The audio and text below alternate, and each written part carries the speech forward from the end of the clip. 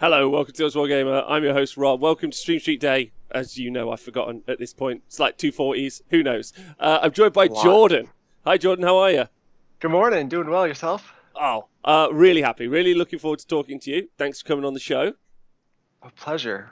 And I'm looking forward to speaking to the Twitch chat. Yes. It's felt like a busy couple of days, to be honest. I haven't really got to dive into the Twitch chat a lot, who I love with all my heart. So, Mr. Tiga, I love to you. Hope you're well. Sorry again. Can't wait to see you again. Let's play some 40k as soon as we're allowed. Grinaldi, what up? You going to complain about some dwarfs today? I really like Grinaldi because he never fucking quits. Yeah, and I love that about him. CBD, Jog PLC. I'm ready for some jokes. Diadrin. Oh my god, babe. What up, everyone? And Chris Seaton. Fucking love that guy, Chris Seaton. So me and Jordan today are going to be talking about events in Canada. That's what Jordan's here for. We're really going to be talking to Jordan, which is going to be fun, and find out about him. And then we're going to maybe later on talk about Idoneth Deepkin, is the plan. So that's today, but I need to thank everyone on Patreon. You guys are wonderful, and everyone who listens to the podcast, please stay hydrated and look after yourselves. Right, Jordan, how you been? Are you well? Talk to me. What's going on? Yeah, doing pretty well. Obviously, the same struggles as everyone across the world, but Canada's handling the pandemic somewhat responsibly. So while we're in a little uptick right now, we're still able to get together and get some games in, which is allowing us to have some fun and not go crazy. All right, perfect. Yeah, I'm loving your accent. I love all the Canadian accents. I was up till a little bit too late last night. I did a wrong un. I started watching Gold Rush. If you've ever watched Gold Rush, No, never. on Discovery. I've got a real place in my heart for both infomercials and really crappy American TV about weird rednecks. And your voice is now just filling me with that vibe, which I'm really enjoying. So thanks so much. But where are you based specifically in Canada? Great. So I'm in Toronto, or just outside of Toronto. So, Ontario, East Coast, close to the Buffalo border, so pretty close to the States. But yeah, over here in Canada, having fun playing some AOS. Good, and a lot of people big fans of your battle reports in the chat. Awesome. Love to hear it. That's sweet. Yeah, no. For those that don't know, I run Season of War, which is a YouTube channel, trying to content whatever, and yeah, filming a lot of battle reports, trying to get some good tactical content out there, especially while everyone's struggling to get their own games in right now. Yeah, I've got a couple of there's a couple of lads from Southland Legion were big fans of you. They keep sharing it, or when tactical battle reports come up, generally you're the name that gets thrown towards me in some capacity, which is nice. Awesome. I've talked many times about I can't watch battle reports anymore. It's just not for me. But you do shorter battle reports, right? Yes. Yeah. So a lot of our format, kind of the main format we do, is more tactical focus. So kind of top down, clean cameras, so you can see all the movement, see all the units, all that. But then condensed into 30 to 40 minutes typically. And yeah, so interesting format, a little different than other people's takes on it. So what was the impetus behind wanting to do that? A couple things. So part of developing our format was just the limitations that we have. So I really like the analytical approach to battle reports. So top-down camera, being able to see all the movement, all that stuff, like I said.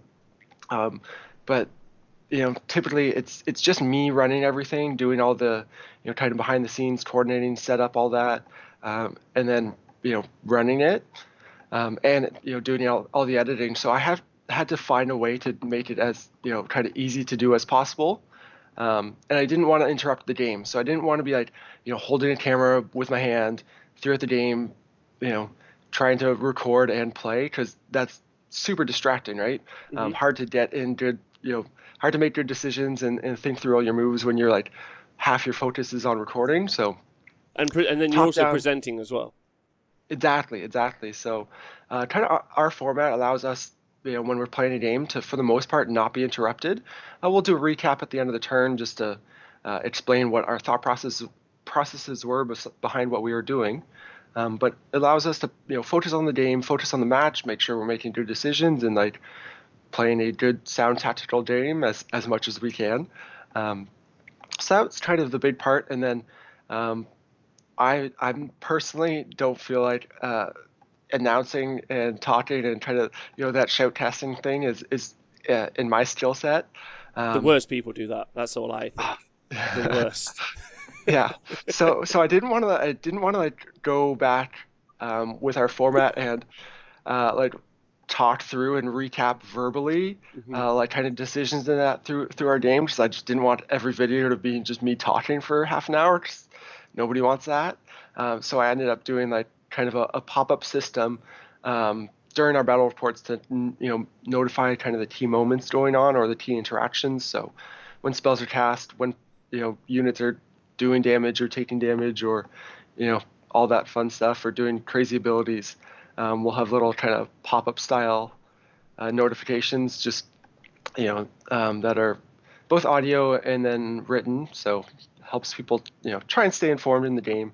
Um, Which is which yeah. is which is which is which is really really challenging. Like and the one of the things for me that when you like break down a game is actually there's a lot of pivot points which, if you're trying to control the game beforehand, Mhm. like you should know, like both players should know that this unit versus this unit is almost an inevitability at some point, but it's about manipulating it in the best way possible for you or for Yes. not you, or maybe those two debuffs are pivot points in occurring. So like you should be able to. That's one of the things I focus on when we do coverage. We try and like we eventually moved off from just like two armies facing off. I wonder what'll happen. It's more like, okay, these things should happen, or this player should be trying to achieve this. That's kind of the win condition of the pivot point for this army. The other player, same difference, and how do they manipulate that to try and like that's the Mhm. tension inside of the game. But you really do have to know that ahead of time. In some situations, or like in post, it's easy. It's also really fun sometimes to just do that in post. Like, do you feel like you've learned a lot from reviewing those games, like back, if that makes sense? Oh, 100%. And that's actually a really good point. I think, you know, it's like game film in sports. I have, kind of a sports background. Uh, you know, all through university was doing competitive, in competitive sports, and reviewing game film was, something we did every week. In prep for every opponent, we were watching their game film.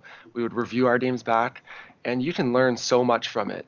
So actually, if you want to, improve your AOS game, record your matches and watch them back, and you'll laugh at your own mistakes.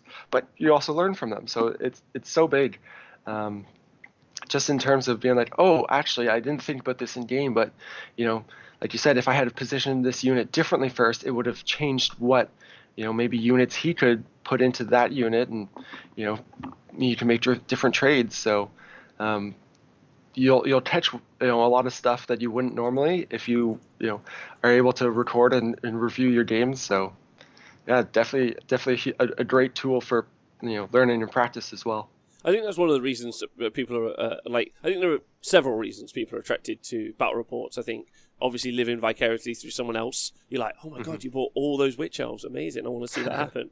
Um, so there's that, and someone else does the entire like thing for you, so you're just involved in watching it happen, which is great. They're obviously super fun as well. But I think one of those other things is you're able to kind of like start to understand how an army might work before you start to do it, because getting reps in for games it's a lot. Like, a traditional tournament is 3 games on a Saturday, so it's pretty much you can get 3 games in a day, which isn't a lot of time for learning and repetition compared to like other sports or other games, even though traditionally you would only play like a football match like once a week or Yeah. whatever the situation might be. You generally don't get to repeat as much, so there's a lot there. Were there any like bat reppers or any other sort of content before that you inspired you? Like, like what was the impetus behind it all that made you think like I would like to dip my toe in this?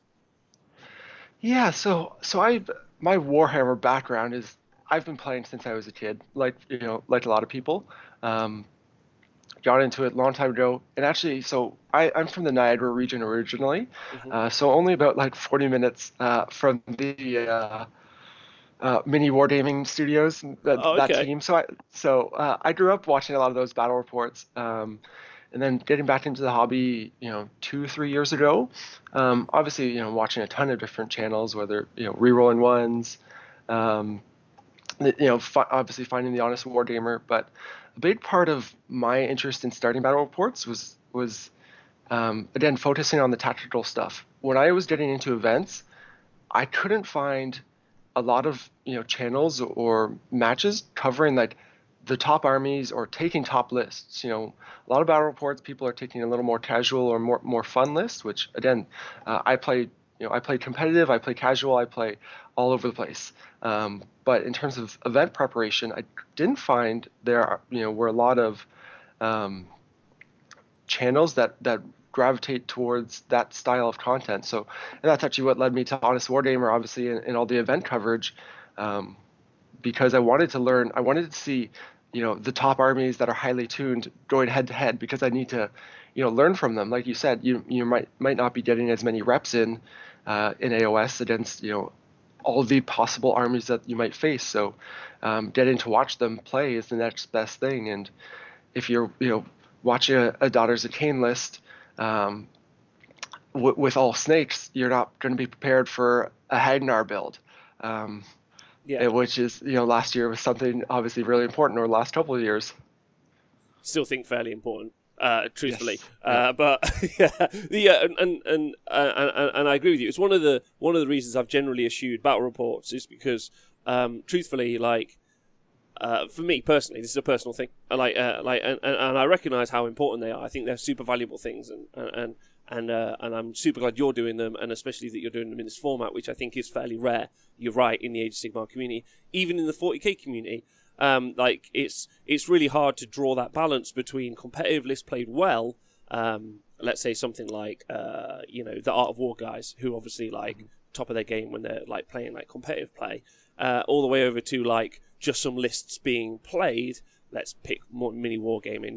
No criticism intended. They set themselves out as casual, and then everything that kind of slides in between. The problem for me personally has always been is system mastery. Being really good with a Hagnar build is very different to being very good with a Tzeentch build. I got a question today hey Rob, I want to on Twitter. Hey Rob, I want to learn. I want a high skill cap army so I can learn to play better. Can you give me? Could you give me an army that would be a good one to pick? I don't know what you would pick, or Twitch chat, I don't know what you would pick. Go on, John. What would you pick if you were going to go for a high skill cap army?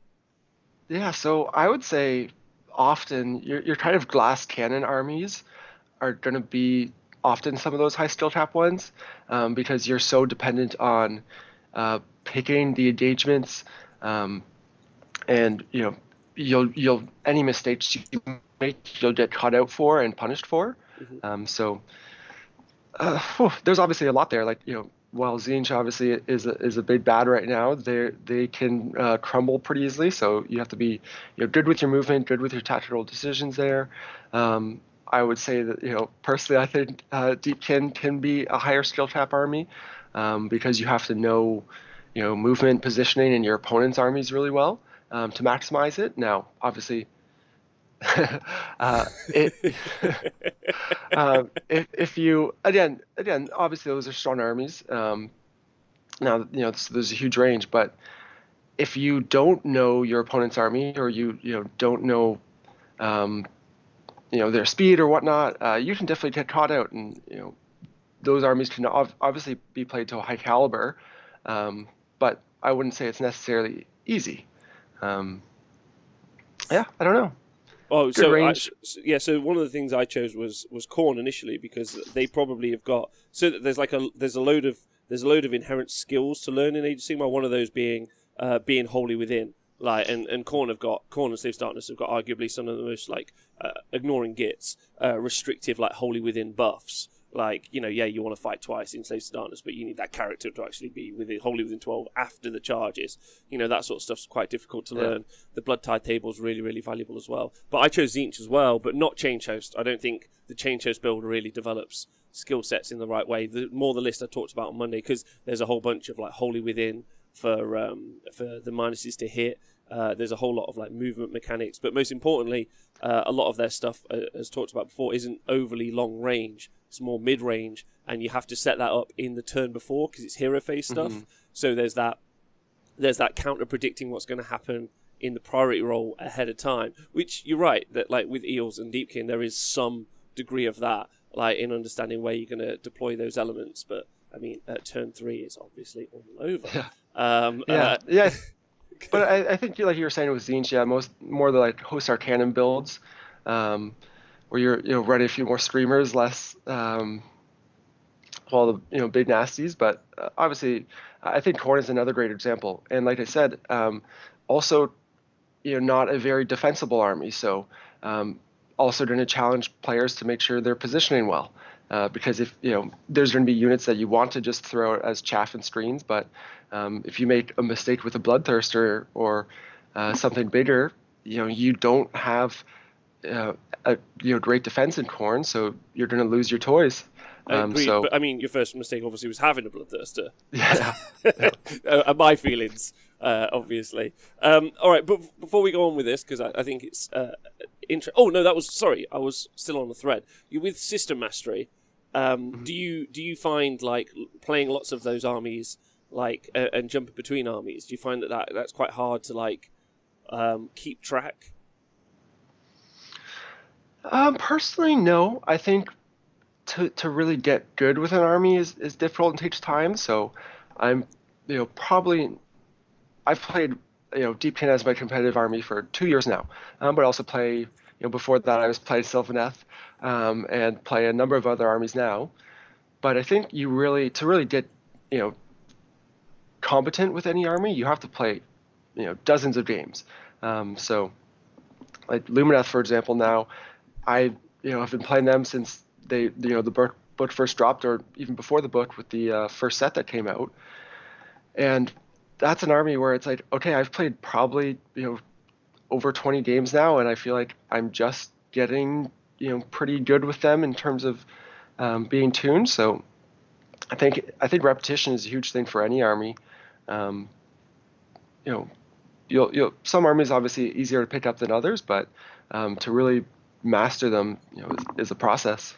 It is a process, absolutely. One of the things I'm doing this weekend, for example, also understanding your own play style. One of the things that I like to think of myself. I always joke that I build castles. That's my thing.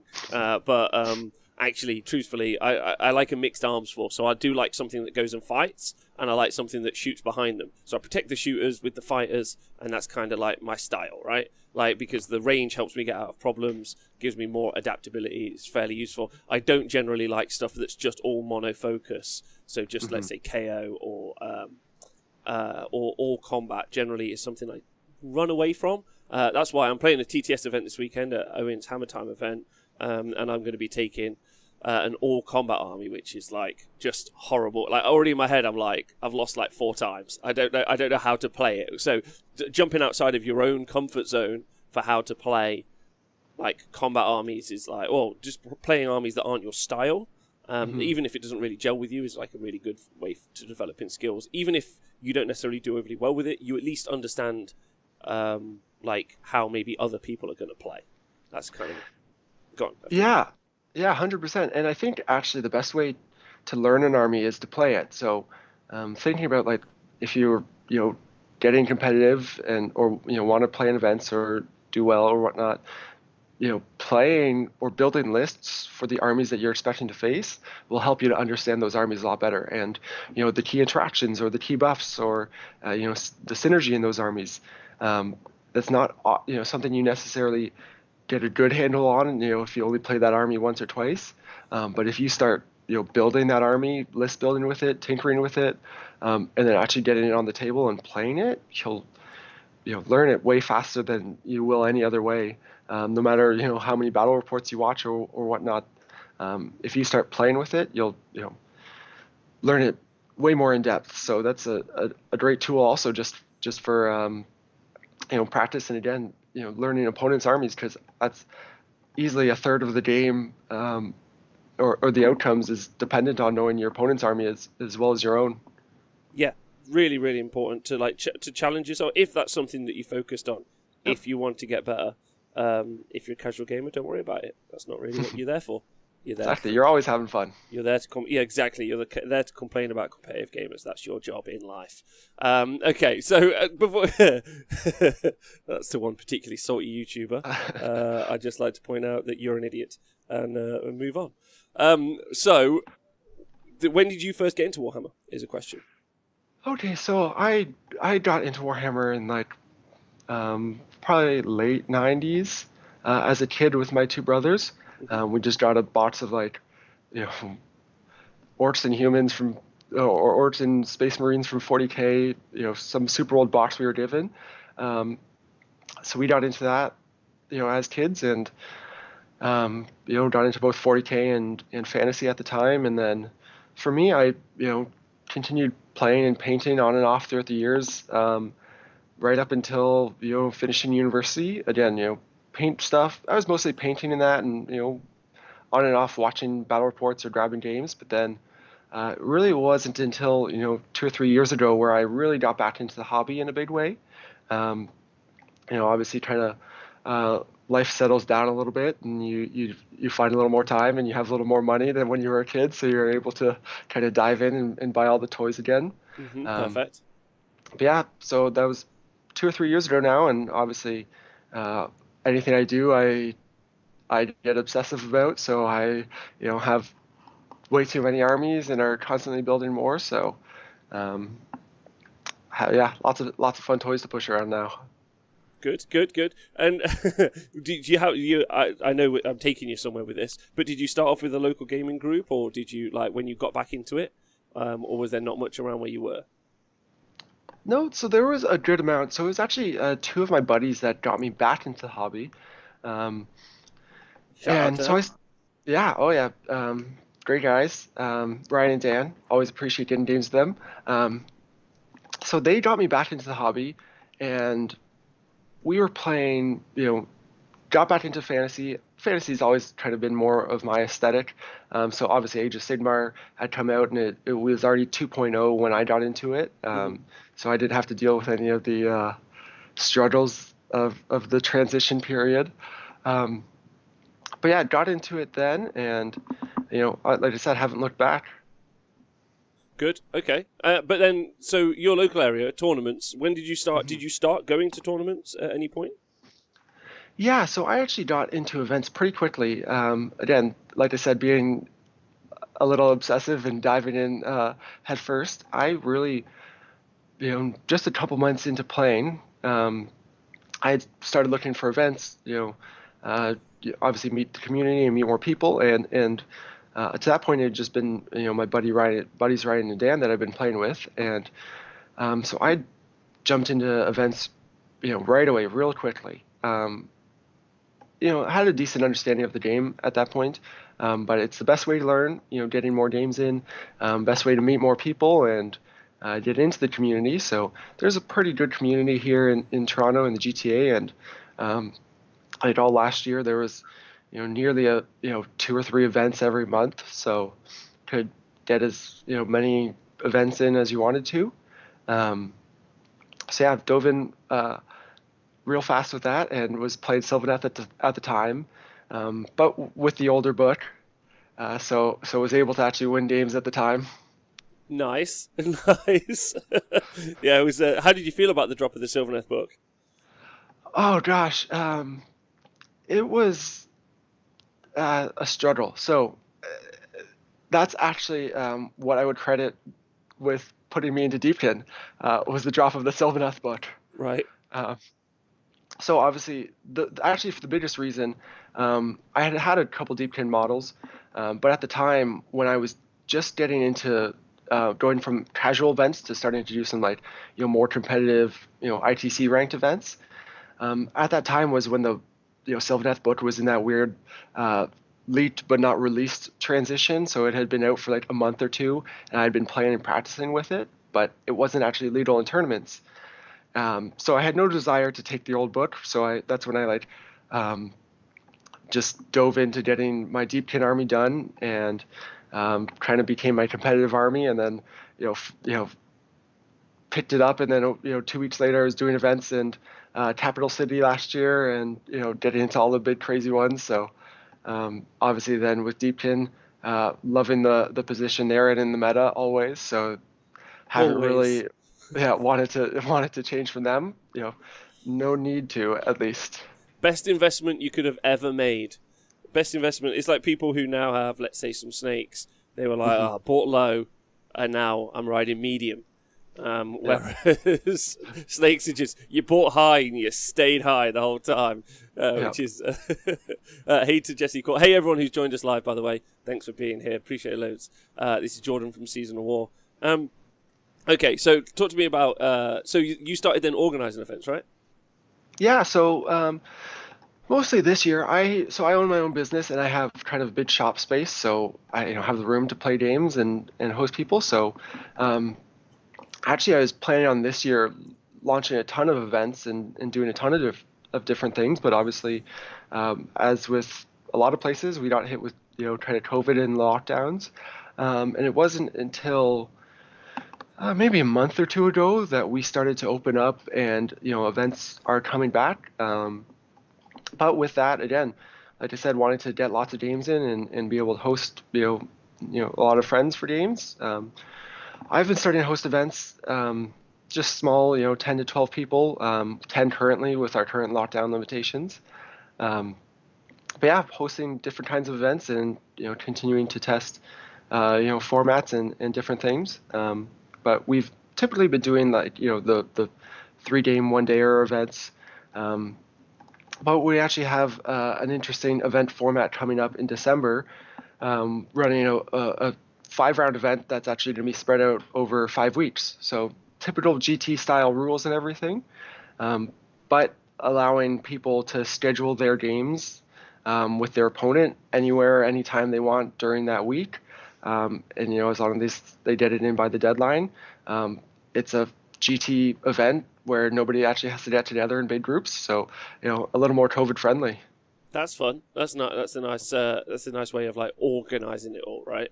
And putting it together. What's the journey of being a TO been like for you? Have you enjoyed the experience? Yes, yeah, totally. So huge caveat that when I organize events, they're pretty low key. Again, 10 to 12 people currently is all we've been doing. And I've really tried to run everything by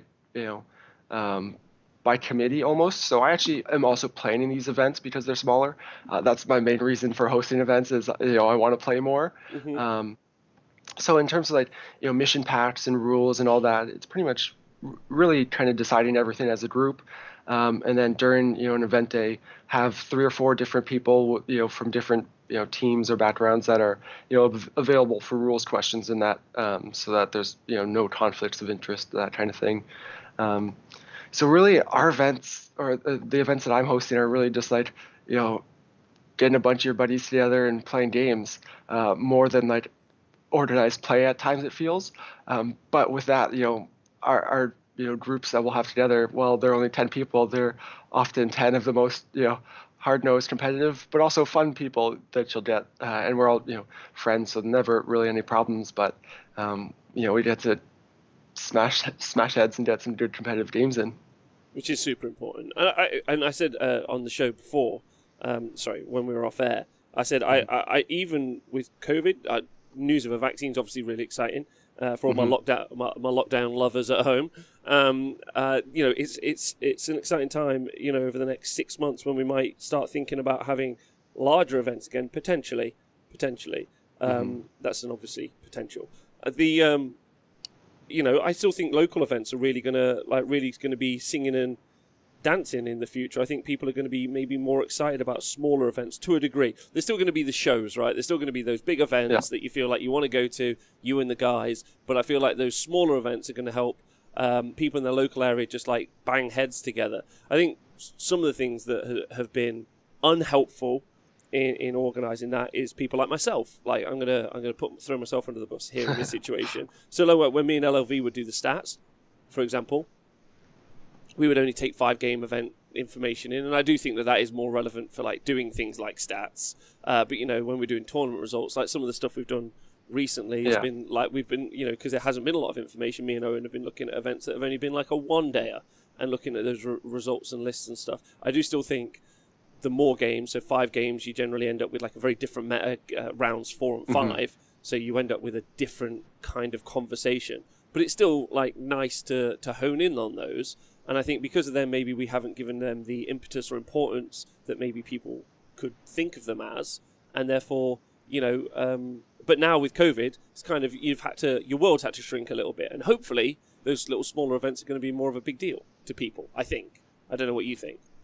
Yeah, no, I totally agree, and I think there's a lot of options in terms of format and stuff that you're going to be able to explore too. And maybe that's just me personally, always like trying different things, but like you, I love the team format. So I think even small 12-person event, one of the next ones I run, I want to do like 4 3-person teams and have a team pairing process. So I think even with small events, when you have lots of them and you can mix up kind of formats and that, I think there's lots of opportunity and keep the community engaged and playing with each other. So yeah, I love it when the community play with each other. That's what I've always thought. Right, Desert Sketch. Small events have more localized meta and most likely is not representative of global stats. I agree. That's why we never really talked about it. Has local meta started to develop across the pond, says Undead Ben. Got a little local meta going on? Or are you just smashing everyone with the eels? I am, but no, a little bit. No, we have a good meta. I'd say it's pretty typical of what you'd expect. But obviously right now there's just less of everything in terms of, less players and all that.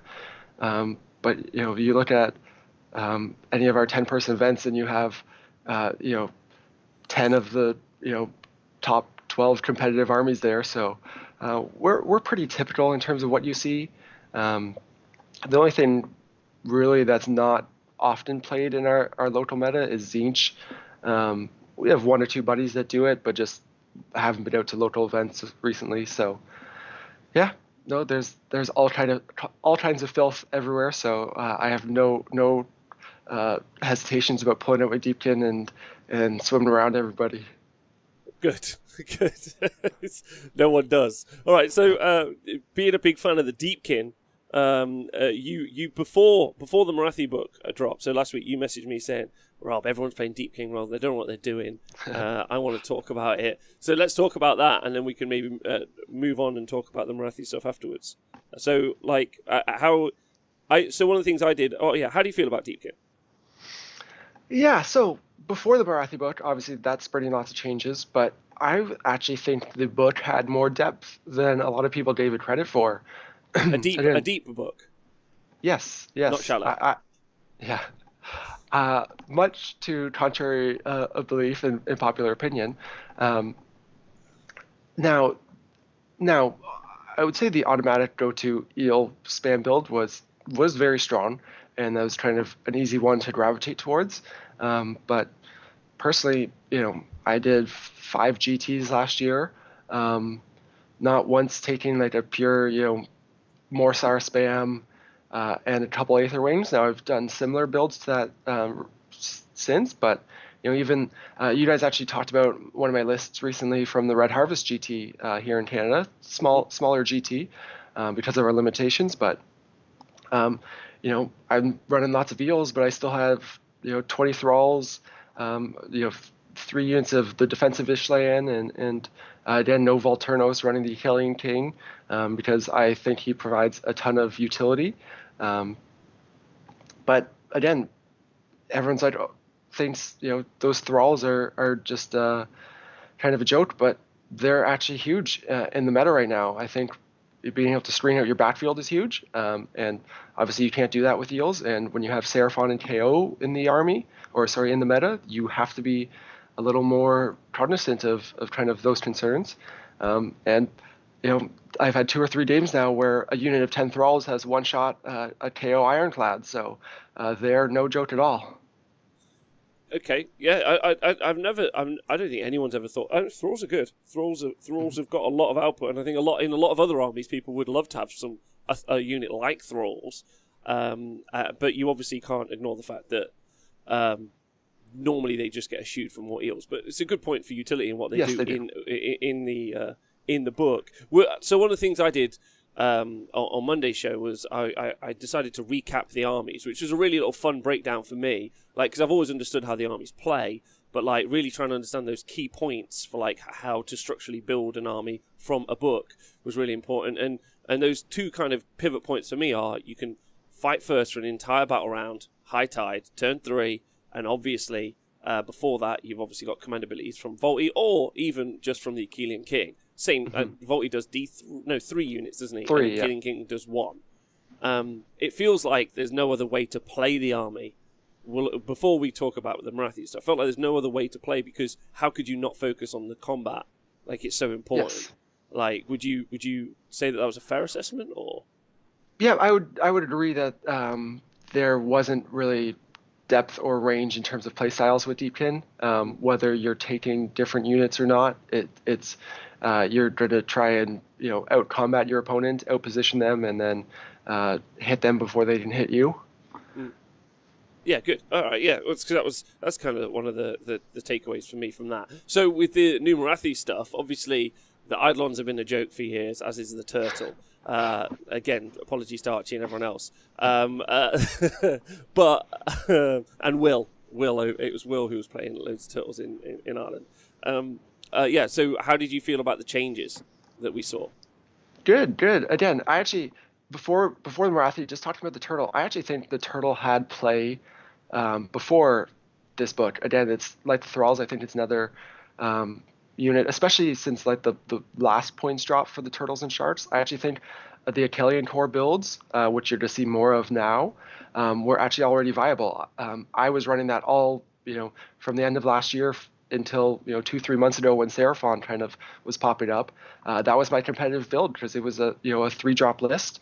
Again, you have lots of eels, but you're also running a shark and a turtle and a battalion, and mixing things up a little bit. And I think they were good. They weren't as efficient as eels, obviously, or as they are now. So they're definitely more playable now. But I still think they had play before. The Eidolons, I would not say that for, but hopefully we'll start to see them on the table. We will. Yeah, so there were people playing turtles, and even sharks. Like, and there was also like Ishlan spam, but like all of it still orientated around, in turn 3, use the command ability several times, and then stack all your attacks on a unit, and then fight several times. So like, well, that's how I saw it. So that's where I would say I think I differ than a lot of players. I find I would only, and this is why I gravitated towards the Achillean King over Volturnos often, is I actually only found that I would maybe actually use that command ability 1 out of 4 games. And the builds that I was running, which were a little more balanced between Ishlayan and Morsar, again with a turtle, with a shark, I wasn't playing just the pure spam kill everything. And I think it actually had a few more win conditions than the typical Deepkin eel spam Volturnos build. Sure, that'll table a lot of opponents, but playing a little more balanced, I could still take out the key pieces that I need to take out, but have a little more play in terms of just winning on objectives, winning by tying up units. With the Achillean King and the Cloud of Midnight is one of the best items in the game, in my opinion, and having it on a fast-moving, hard-hitting hero is incredible compared to like throwing it just on a Soul Scryer. Do you want to remind people of what it does? Because some people don't know.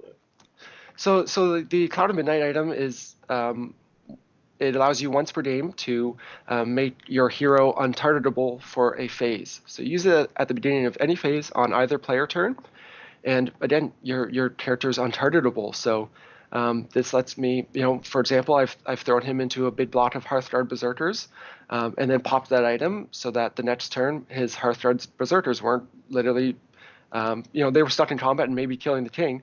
But it means they're not moving on to objectives. So I played very much a more positional game, where I'm restricting movement, blocking stuff up, tying up the units that I don't want to move and whatnot. Even if I'm sacrificing units, I'm okay sacrificing units. Deepkin doesn't need to necessarily attrition well. I'm not bringing units back, and I can throw away 1 or 2 here and there to tie stuff up and slow stuff down. And just having that speed advantage allows Deepkin to obviously, at times just outstore and take board control.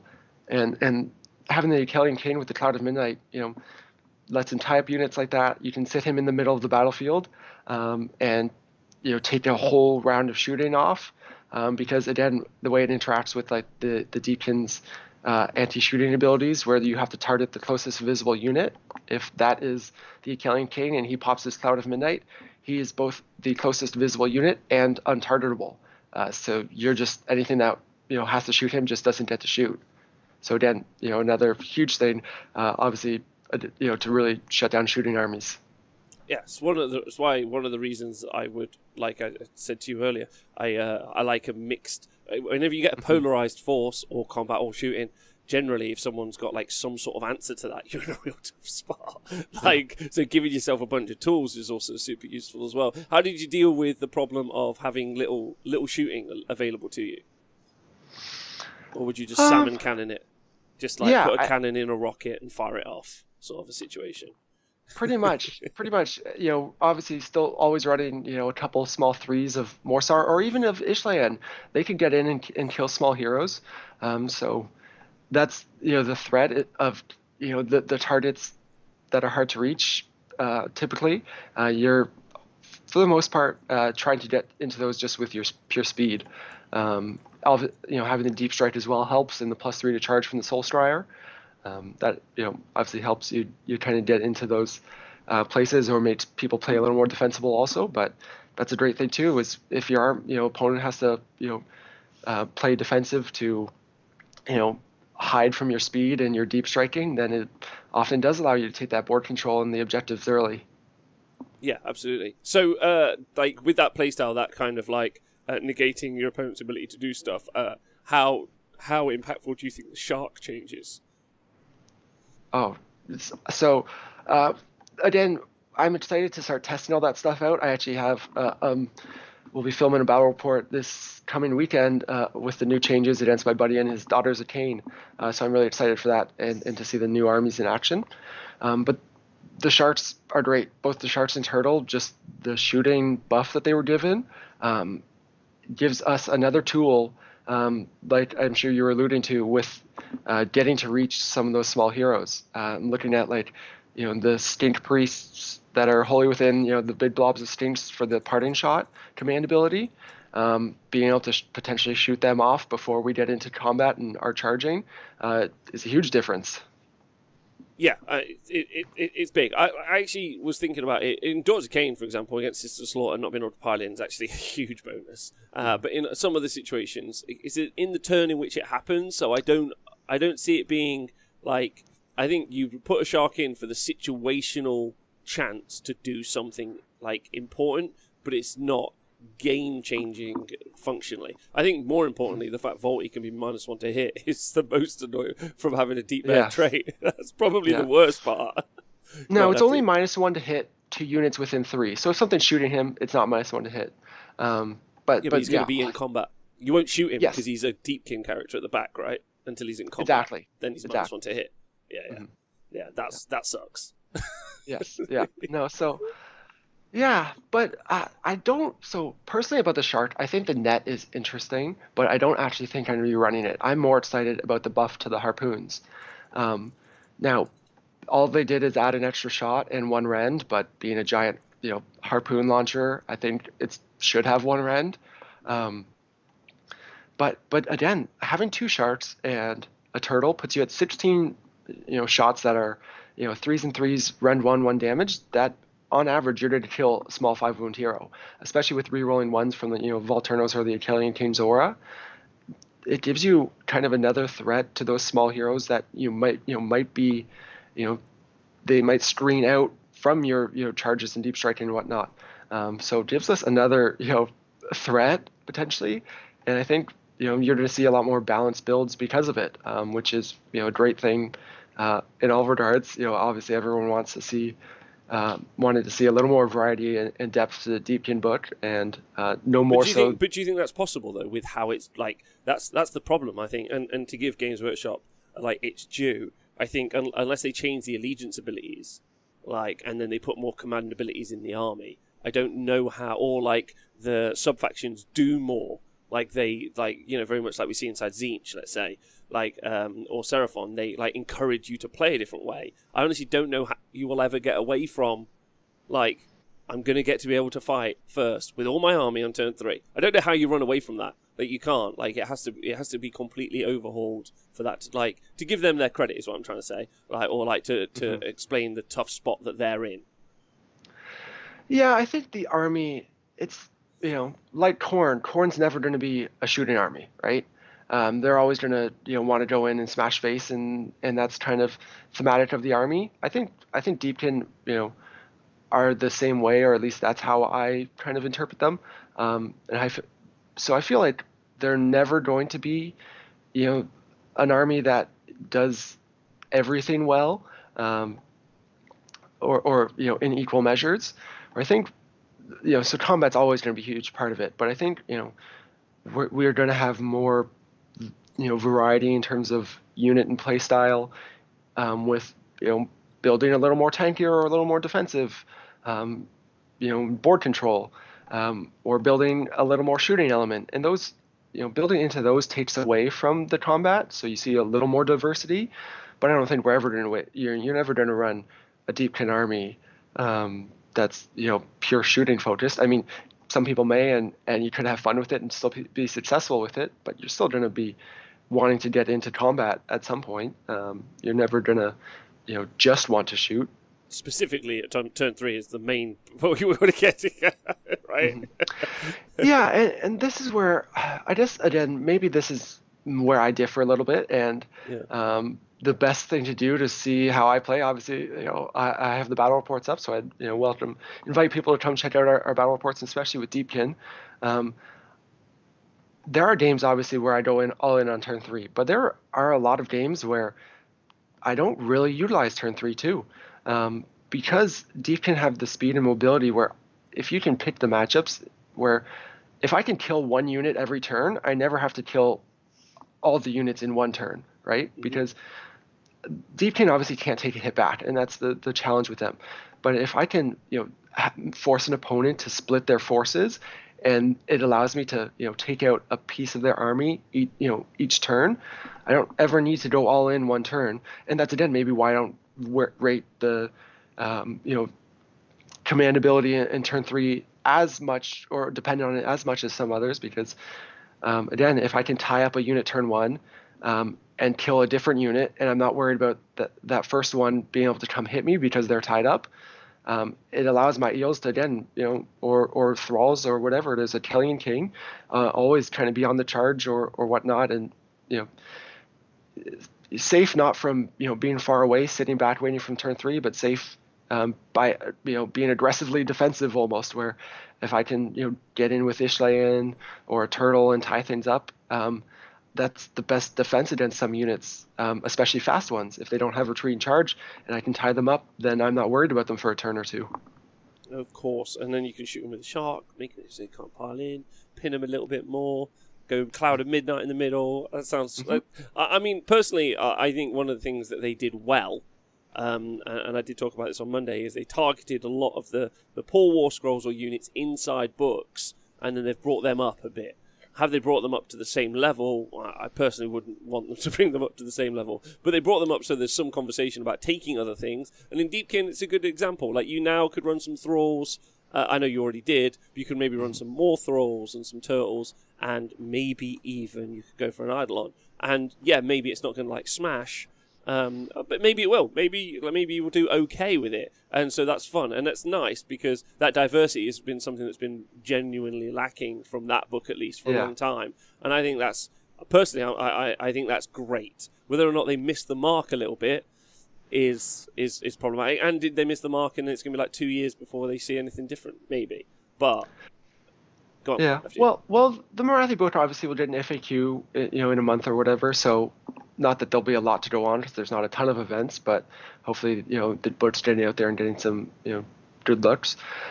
But I think they did a good job. At least I think it's a very positive step forward in terms of moving in the right direction. Whether it's perfect, we don't know that yet. And it's obviously going to take testing, to see where things are at. But I think, again, like you said, you're going to see a lot more diversity. You're going to see, 2 sharks in a list easily. I think, 2 to 4 is very easy to add to any army. But I think they did a good job of giving things different roles. So I think there's like kind of 500 points where you're going to see a ton of changes in Deepkin lists where just straight up you're going to see people dropping 6 Morsar guard to add in a turtle or an Eidolon or 3 sharks all sit at that kind of same points value and are easy to switch one out for another. And that's also going to be mission pack dependent, whether you want a monster for a certain mission or an extra hero.